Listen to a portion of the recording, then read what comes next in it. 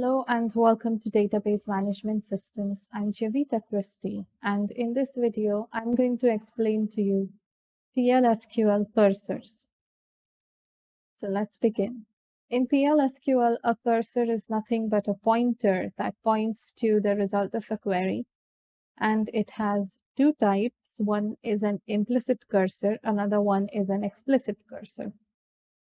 Let's take a look at implicit cursors first. So whenever Oracle executes some SQL statement, for example, a select into statement or an insert statement or update and delete, it automatically creates an implicit cursor. So this is not something that you have to create, it's already created. And it internally manages the whole execution cycle of this type of an implicit cursor. Let's see now explicit cursors.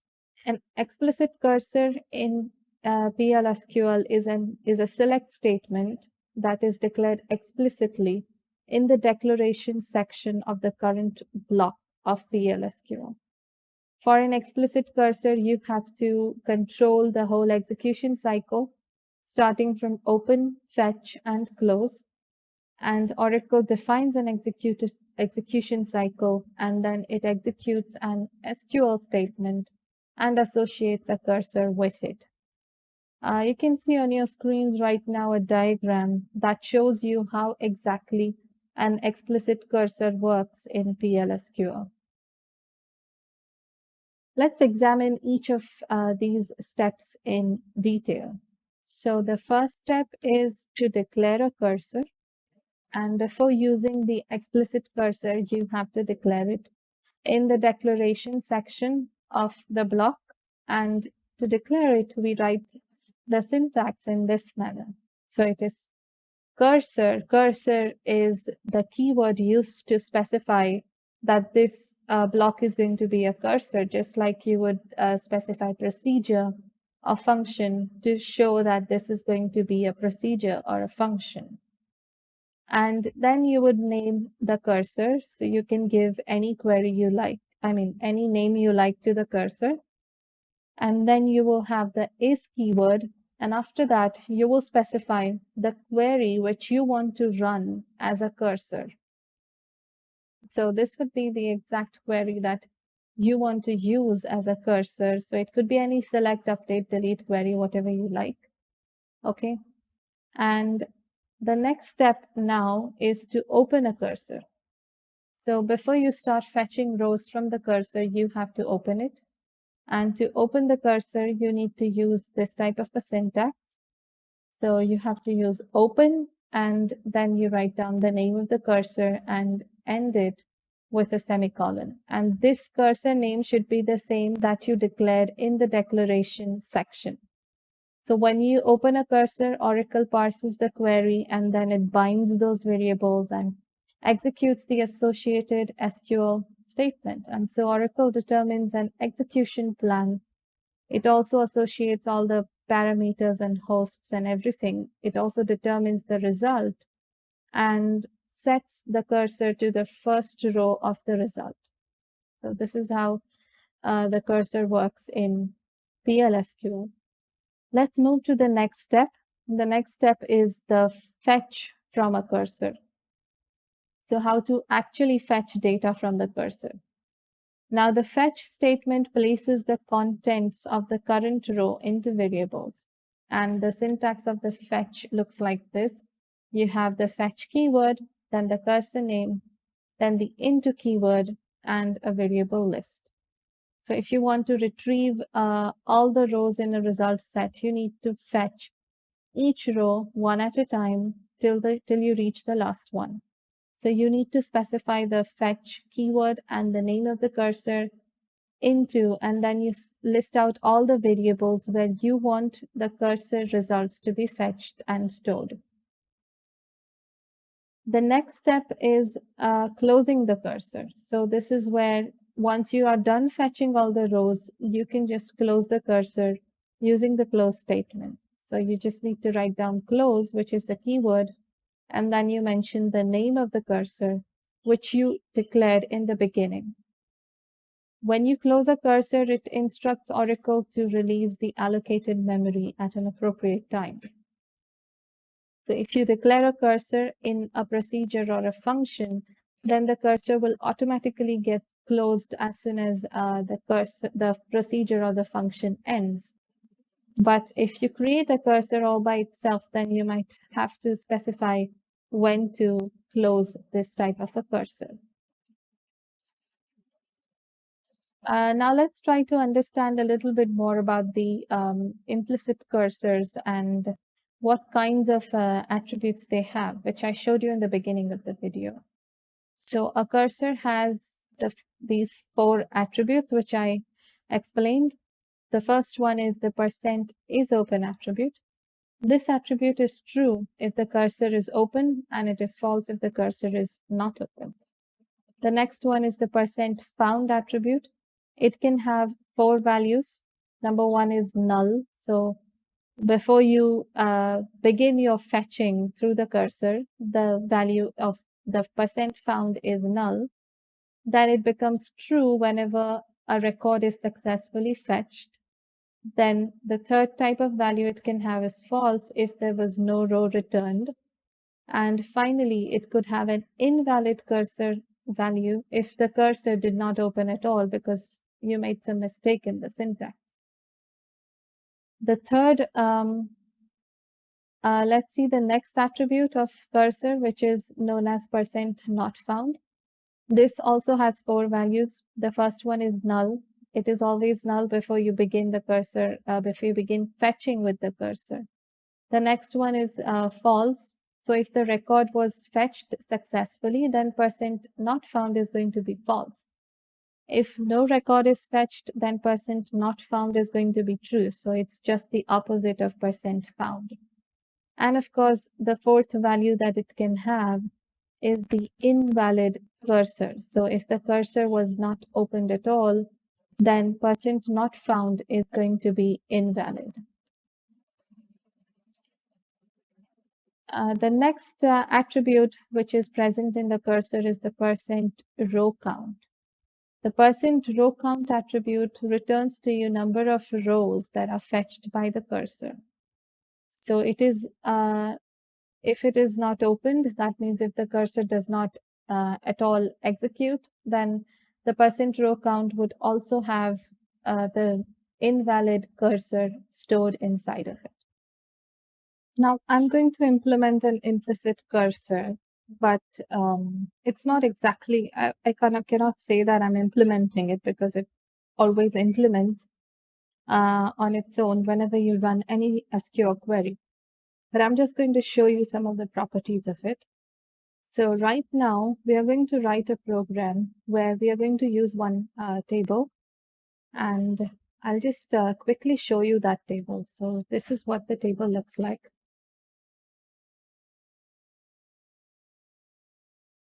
This is the table. It contains these 9 rows, and in this table itself, I'm going to perform some query, and then I'm going to show you how the implicit cursor actually works using this table. You don't need to create the exact same table. You can create your own table that you like, just modify the query accordingly. Now, in this case, so the name of my table is emp, and I'm going to use that. Now, first, what I'm going to do is I'm going to declare whatever variables I'm going to use. In this case, I'm going to use only one variable, which is counting number of rows, because every time I want to count how many rows got affected by the query that I implemented. So like we saw earlier, there are 4 properties, %found, not found, and then there was count, that is row count, and is open. Is open I'm going to show you later on, but right now I'm going to explain to you the other 3 properties in this program. So let's write begin. And now I'm just going to write a simple SQL query. So it looks like this: delete from emp, that's my table, where depth code equal to TNSLT. You can see from my command line here that I'm having two depth codes of that sort. So I want to use that. That's why I've mentioned here CNSLT and semicolon. And once that is done, now I'm going to write an if condition where I'm going to mention if SQL percent found, then here I'm going to write down count of rows, which I declared earlier. This is going to hold how many rows are there. Now, why I'm writing this? Because I already have this query here. So this query is definitely going to affect some rows. If it affects some rows, then this property of a cursor, which is percent found, will become true. And so my if condition will get executed. Suppose this query has a condition where the depth code does not match with any of the depth codes present in my table, then it's just going to skip this condition and do whatever else I ask it to do.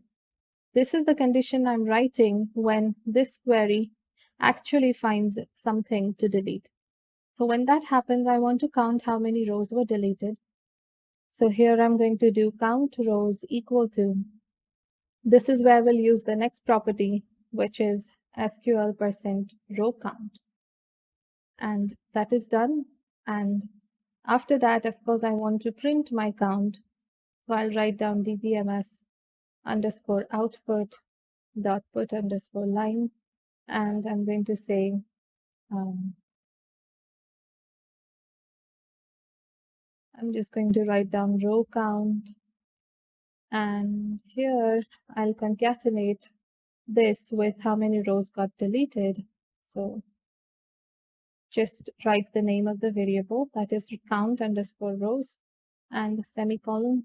Once this is done, I'm just going to end the if statement right here. So this is going to execute when my delete query actually finds something to delete. If there is no such thing available as CNSLT, then I would want to have another if statement, which I'm writing here. Now I could very well just write else, because I already have if, I can just write else. But I want to demonstrate the use of another cursor property or attribute which is not found. And that's why I'm going to use that instead. So that's why I'm writing another if statement. So this is if percent not found. Then, so this is the case when percent not found property is true. This happens when the delete query does not find anything to delete. So in this case, I just want to print that nothing was deleted or nothing was found. So let's just put that here. No rows deleted and semicolon, and let me end my if statement. Also end the begin part, and my code is ready. I'm just going to now copy this code and go to command line. Let me clear all of this and right click and hit paste and a forward slash. And it says the row count is 2. The reason is that something got deleted, which we can of course verify when I do select star from, and the name of my table is M. So you can see those 2 rows that I had right in the middle, they are gone. And that's why it gave me this row count. We could try the same program again, but this time use some name that's not available. So let's try to run the same thing. Actually, it doesn't matter, because now the CNSLT is not available anymore. So I can just right click, let me clear this, and I'll do right click again and forward slash. And you can see this time it prints no rows deleted, because there are no rows to delete with the depth code CNSLT. So this is how a cursor works in PLSQL. And it's an implicit cursor because it's already embedded into every type of SQL query that you run. For example, this one. So this is a query that I'm running in SQL. It's got nothing to do with PLSQL, but these properties are available for me to use as I like. And that is why we call it an implicit cursor, because it's available already. You don't have to actually make it. Now let's create an explicit cursor in PLSQL. So for this purpose, I'm going to use this table, which I've used in practically all of my videos. It is the employees table. It looks like this. There's employee ID and the first name, last name, department code, salary of all the employees. And from this table, I would like to generate a report that tells me that, this particular employee works in this particular department. And most of the times when we want to create reports from tables showing, how many hours the employee worked throughout the year, what was his or her salary, where that employee was working, in which department, then to generate these types of detailed reports, we normally use PLSQL cursors and explicit cursors. So this is what we are going to do, but we are not going to create a really large and complex report. We are going to create a very simple report that says that Al, be the leader, works in admin department. Then pi r squared works in accounting department, and so on. So it's a very simple thing. But of course, you can expand this same program to create a larger report, a larger, more comprehensive report. So let's begin. Now I'm going to write my code in Notepad. So I'm going to first mention my declare block. And in the declare block, now what I want from the table is the first name, last name, and department. So I'm going to make variables to fetch this data. So I'm going to write down fname. And now I have two options here. I can mention the data type by going over here and doing describe employees and then checking the data type here and writing the same data type in my code. But I don't want to do that. And there is a way out of it, which is to mention the name of the table and the column name, and then simply writing %type. So what this does is gives the data type of the first name column of employees to fname, which is a variable that I have created. So I don't need to mention its data type to match with first name. I can directly get the data type in this manner.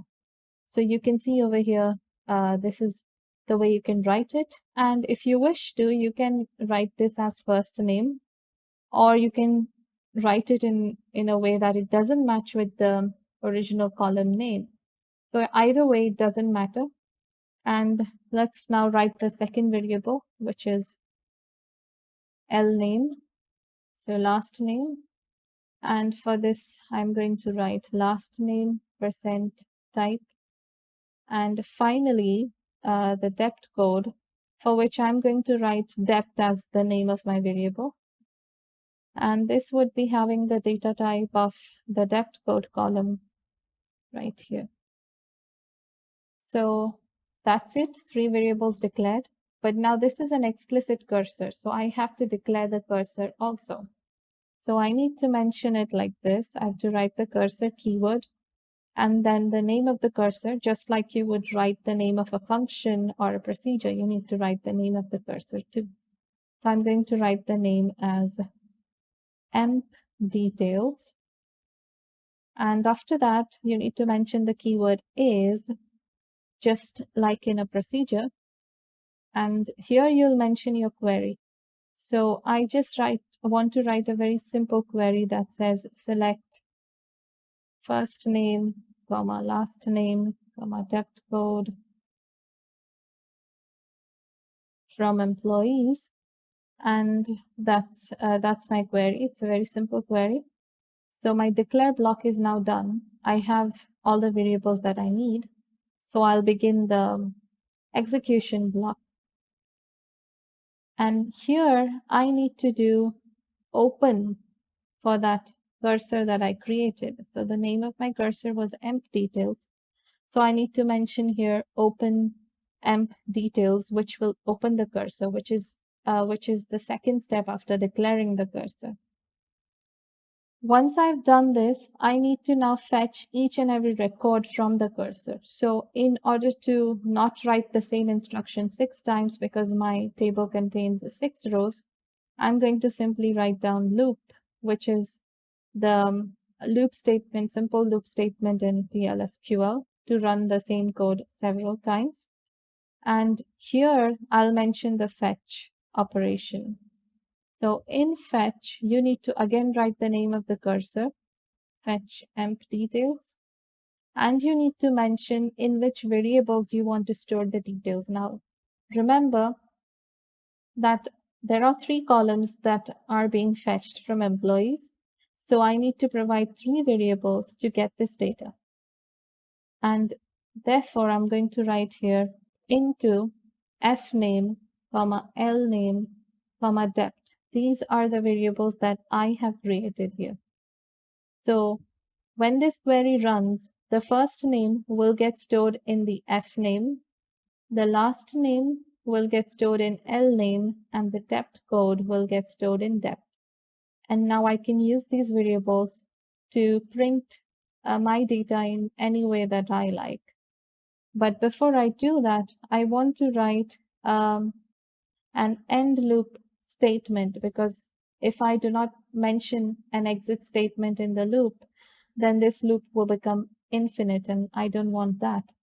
So we'll write down exit when, and at this point, we will mention something that helps us to exit the loop. And for that, I'm going to use the attribute of implicit cursors which are available.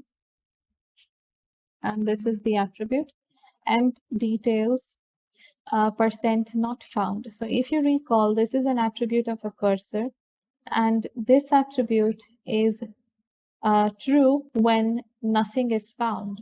So once this fetch operation finishes fetching all the 6 rows, then the percent not found will become true. And at that point, I can stop my loop. So that is why this exit statement is mentioned in this way. And after this, suppose that this is my first row or the second row or anything up to 6th row, then I would like to print it. So I'm going to write down dbms output dot put underscore line, and here I would like to print that this person works in this department. So I need to write down the first name, that is fname, and I would like space between fname and lname. So I'm going to write down the concatenation and single quote space single quote. And then once again concatenation and lname, after which again concatenation. And here I want to mention space works in and space once again and single quotes concatenation. And here I will mention the department, so depth. And close the bracket and put a semicolon. So this is done. And once all that is done, you can just end the loop. Once the loop is over, now you also need to close the cursor, because you did write an open cursor statement here. So you also would be writing a close cursor statement. So it's very simple. You just write close and name of the cursor. And that's it. We can end the block here and copy the code, go to the command line and write down, first of all, set server output on, and then go to the top bar, edit and paste, and use / to run your code. And you can see it prints perfectly well the names of all the employees and where they work. So this is a very simple report, like I said earlier, but you could generate even larger reports in the format that you like. So this is how you can implement explicit cursors in PL/SQL. And that's it for this video. I'll see you in the next one. Thank you for watching.